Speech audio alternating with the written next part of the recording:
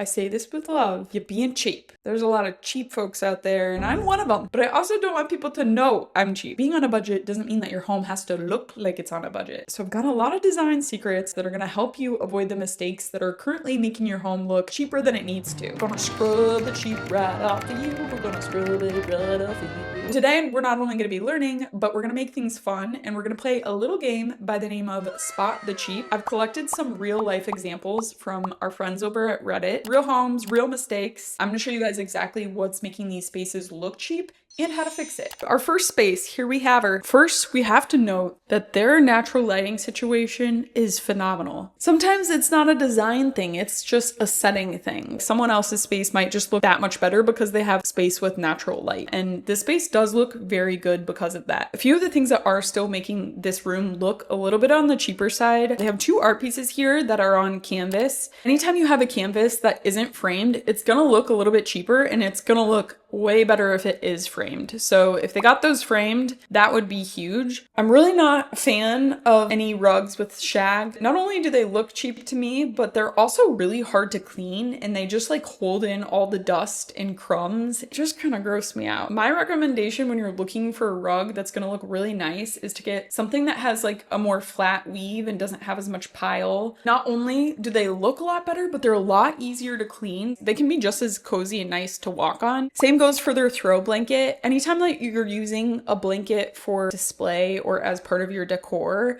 I would recommend getting one that has texture, has a little bit of color. Blankets like this just look really cheap. They're very cozy, but if you're looking for something more decorative, definitely avoid these blankets. They're not cute, but they are cozy. While we're on the topic of materials, how about we go through some of the materials that you potentially have that might be making your home look a little bit more on the cheap end, starting with particle board, which I do think that these two pieces that they have might be particle board. Always gonna look a little bit cheaper. I think there's some cases in which it's nice to have, like especially if you're a college student moving around, it's so light and easy and convenient, or for like storage solutions for your closet where you don't really need it to look that nice. But if you are starting to invest in furniture and want to make your space look a little bit more elevated, I would avoid particle board furniture, those like steel aluminum legs. They also look pretty cheap, which reminds me of the standing desks we all got during COVID. They're so ugly. So if you don't use it to stand, which I feel like most of us, I think we've only used ours like 2 times maybe. And they're also just so uncomfortable. We ended up having to get pads to put on them because the particle board doesn't curve. Very uncomfortable on the arms. And there's no storage options on them. But if you use it to stand, keep that thing. That's worth it then. Now, when it comes to faux materials, sometimes you just gotta use them. But I recommend in a smaller dose, whether it's like the peel and stick stuff, peel and stick marble, they don't look great. So if you can avoid using them, I just would. But sometimes what you're given is bad enough, it's worth using it. Same goes for fake plants. Sometimes you just gotta have fake plants if you don't have a room with sun, but you want something to look earthy and green. But if you're gonna have them, my tip is to get fake plants that have small foliage, because those are the ones that look the least fake. If you're gonna get a fake plant and it has big foliage, it's gonna look bad. It's gonna look really fake. The only other thing that is kind of making this space look cheap would be the table and chairs. When it comes to your furniture, balance is key. If you have a table that has a lot of legs and is on the thinner side, then you want to get chairs that will balance that by being on the thicker side and not have as many legs. Next room.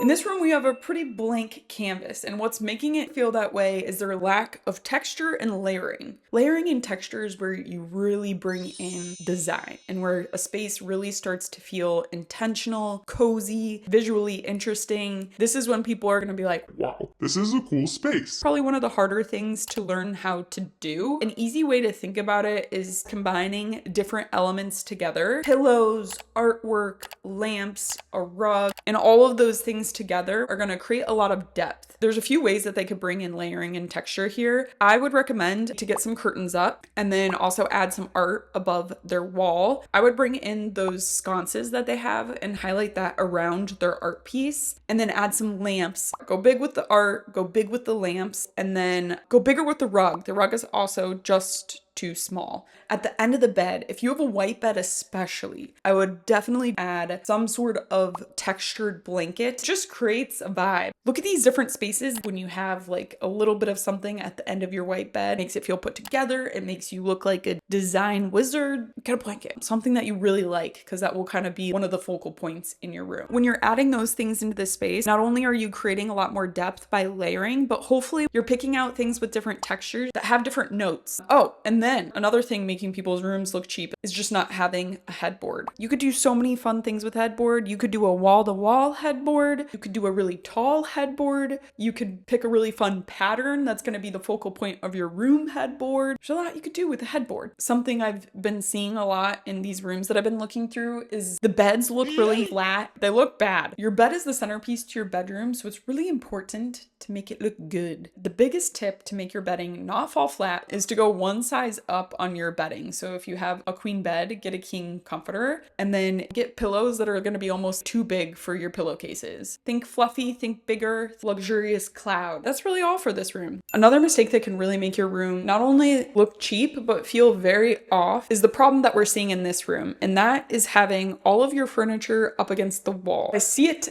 all the time. Just your couches are against the wall. Everything is against the wall. I think it's because we feel like our spaces are smaller than they are, but they're not. This is a great sized room. I would flip the rug, and if you pull both the couches in, you even have room for 2 more chairs in here and a coffee table. When your furniture is pulled off the wall, that leaves you room behind your couch for cabinets, for shelving, for extra storage, and that's gonna create some layering. It's gonna look way better. So right now it's looking awkward. Your room is bigger than you think it is. So pull your furniture off those walls. This room is the result of a life worth living. Here we have a space that feels all too familiar. I would say this room has one overarching dilemma that we all deal with, and that's clutter. So let's talk about clutter. There are 2 types of clutter. Visual clutter, how you're designing the space, decor clutter, and then there's just clutter, being messy and not having good systems for your habits. Clutter is bound to happen, and if we don't design our spaces to avoid clutter, we're gonna end up with a room like this, okay? So those are the 2 types of clutter, and in this space, both of those are happening. So let's talk about what I would do to help them declutter, starting with visual clutter. A rug being too small like it is in this space, it's no longer a foundational piece to the room, but it is just one other thing that we have to look at. So make your rug bigger, and then your walls. If your walls have a bunch of small art pieces and all the spaces are covered, you're going to be creating a lot of visual distraction. A big way to avoid this is just to pick out bigger art pieces and then make sure you're leaving room for negative space in the wall. Negative space is good. And then plants. When you're especially getting a bunch of small plants and they're all scattered throughout your space, it can be a little cluttered on the eye. So if you can pick a bigger statement plant, that would be nice. Otherwise, I would recommend making all your small plants one piece, which looks like they're sort of doing on this bookshelf. I would take it a step further and even get like a indoor planter type situation where you put all of your small plants, or you have a table where all the small plants sit, and it kind of fools the eye into thinking that you have just one like big plant. Something really cool you could do if you do have a smaller plant, give the illusion that it's bigger, is just to put it on a plant stand. There's so many really cool ones out there that can really make it look like its own little art piece. And it's also a great piece for layering, especially giving some height to your room. So consider a plant stand. Those things are really cool. As for hanging plants, can't say I'm personally a fan. I think it looks a little sloppy. And then we're seeing a lot of drapey things in this space. Having too many blankets and then too many throw pillows can create a lot of visual clutter. I would assume they're possibly doing this because they have, as you see, a cat. Cats are monster furniture destroyers, even though they're so cute. They have 2 cats. I didn't even realize there's another one in this corner. My biggest recommendation would just be to pick out furniture that is more animal repellent, either something with more texture where you're not gonna see the damage done, or colors that aren't gonna show as much hair. That's a hard one. The last thing to talk about when it comes to visual clutter is closed storage. Most of the time I would opt for closed storage. We don't want to display our stuff. There are very few things that should be displayed. Like these puzzles,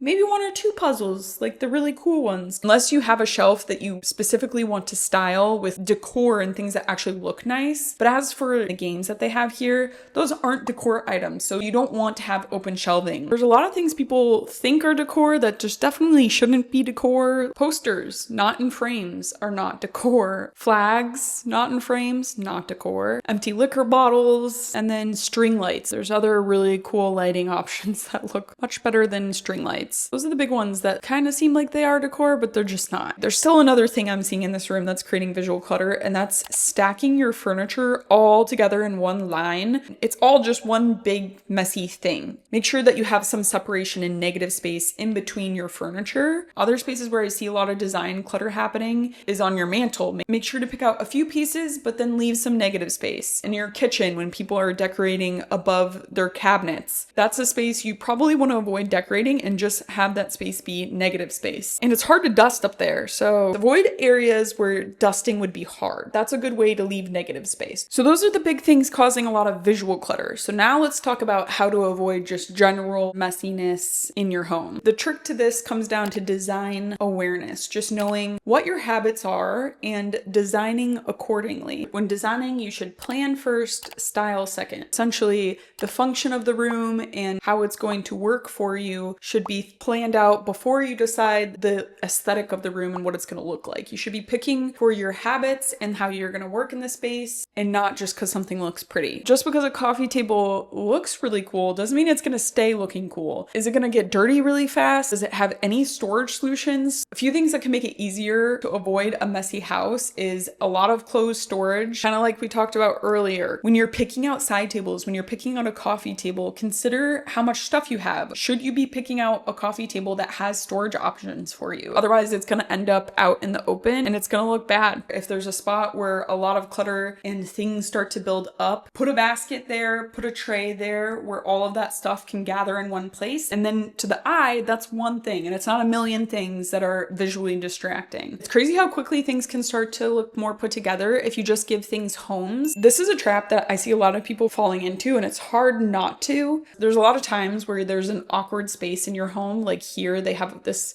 random cutout in the wall and they don't know what to do with it. Now they're trying to decorate it kind of like an entryway or a foyer. Not only did they get too small of things for this space, but by decorating it, they're just drawing your eye to the fact that this is an awkward space. My recommendation when you have a space in your house that is weird, you don't know what to do with it, consider if you could use it for storage. So for this, I would take out what they have in here and I would put in either big shelves, a big cabinet, some sort of hutch that really fills out the space and almost makes it feel invisible. Even for smaller spaces, like could they be used for storage? Something that's more going to mask it. That would be my recommendation for those awkward spaces. The biggest mistake that's making most people's homes look cheap, putting one giant huge piece of furniture in their living room and having absolutely nothing else. And that's a great solution for a lot of people. It's very comfortable, sits a lot of people. It's just gonna look like there wasn't a lot of thought to it. You were just like, I want a lot of seating and I want it to be cozy. But if you really want to like take your space to the next level, something like this would be just as cozy, and I think it looks 10 times better, and there's still plenty of seating. But why does this room look so much better? There's more to it than just the amount of furniture. The trick when you're buying separate pieces to make sure that they all still balance together is to make sure that the arms are all the same height. And then the second trick, all the pieces should have a little contrast. Some pieces should be more leggy, some pieces should be more bulky to the ground. Mix it up. If you do that, your living room's gonna be looking pretty good. People are gonna be like, you know something I don't. The other part with this couch that is